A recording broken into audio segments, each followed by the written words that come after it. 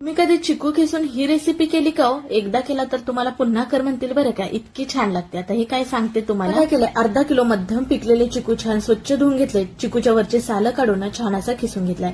1 वाटी चिकूचा गर, 1 वाटी ओला नारळ खवून घेतलाय आणि अर्धी वाटी गुळ घेतला. ओला नारळ जरी खवून घेतला असला तरी सुद्धा मिक्सरला ना आपल्याला पाणी न घालता असा वाटून घ्यायचा. काय केलं, गॅस चालू करून पॅन ठेवायचा. पॅन मध्ये 1 चमचा तूप घालून ना बारीक केलेलं खोबरं घालायचं. खोबऱ्याचा चांगला ओलसरपणा जाऊसपर्यंत आपल्याला परतत राहायचं. चिकूचा गर घालून छान मिसळून घेतलं.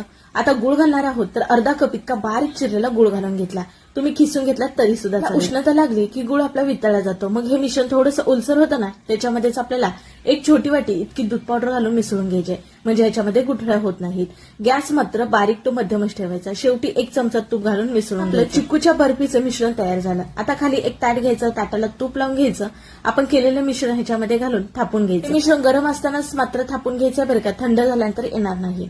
आता हे छान प्रकारे थापून झालं की याच्यावरती आपल्याला आवडीनुसार ड्रायफ्रूट घालायचे. काजू, बदाम, पिस्ता हे घालून घेतले.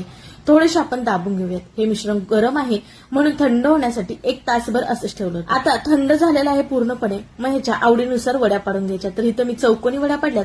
तुम्हाला हवं तर डायमंड शेप मध्ये कापून घ्यायचा तरी. बरेच जणांना जेवल्यानंतर काहीतरी गोड खायची सवय असते. मग तुम्ही अशी बर्फी एकदा केला तर 8 ते 10 दिवस टिकते, खराब होत नाही. नक्की करून बघा.